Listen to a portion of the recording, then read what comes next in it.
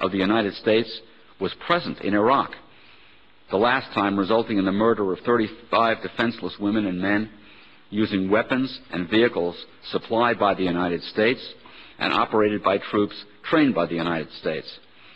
And the United States has done nothing about it.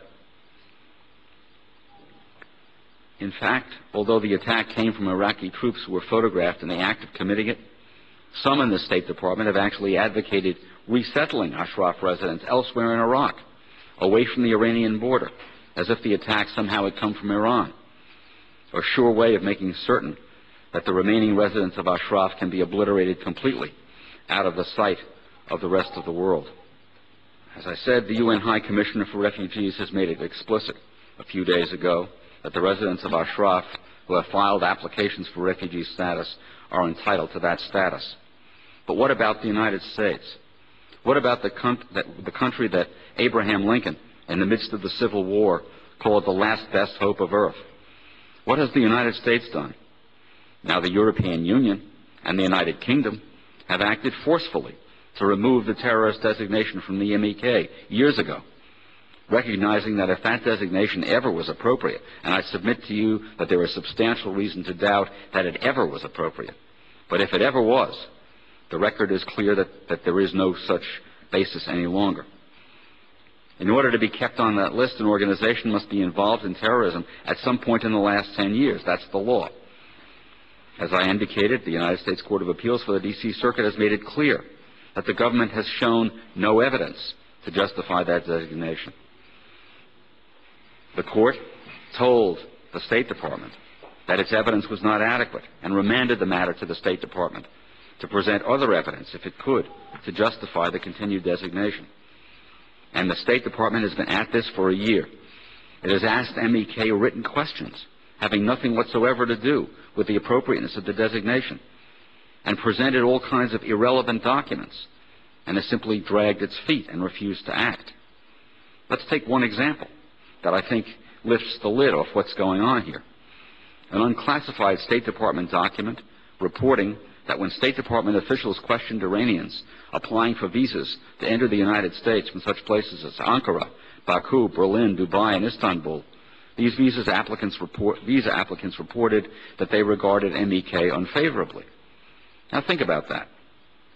First of all, whether these Iranians think well or ill of MEK is not relevant to whether MEK should be listed as a foreign terrorist organization. But beyond that, the State Department is actually claiming with a straight face that when it lists MEK as a foreign terrorist organization and then asks people applying for visas from the State Department what they think of MEK, the people they ask who are applying for visas to the country that lists MEK as a foreign terrorist organization say they have unfavorable views of MEK. A first-year college student who offered that kind of evidence to support a conclusion in a term paper would get a failing grade. This is a strategy of nothing but endless delay. Repeated requests from people on both sides of the political spectrum.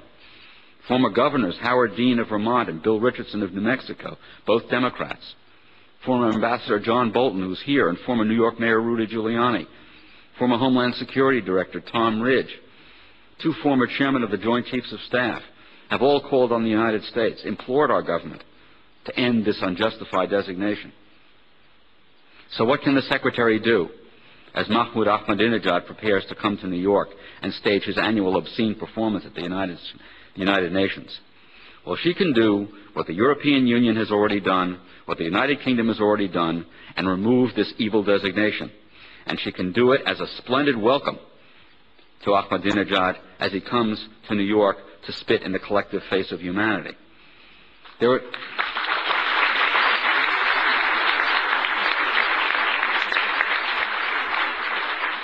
This is a great opportunity to change the dynamic that has prevailed until now, and to do so dramatically. It would have two effects.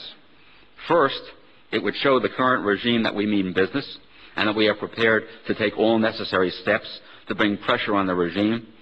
And secondly, it would take the focus of the regime away from interfering with the Arab Spring, as it has been, through Hezbollah and its other surrogates, and away from the situation in Egypt.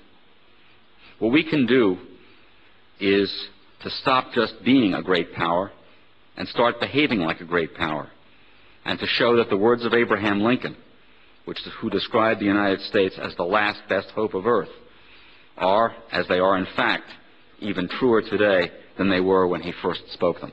Thank you very much.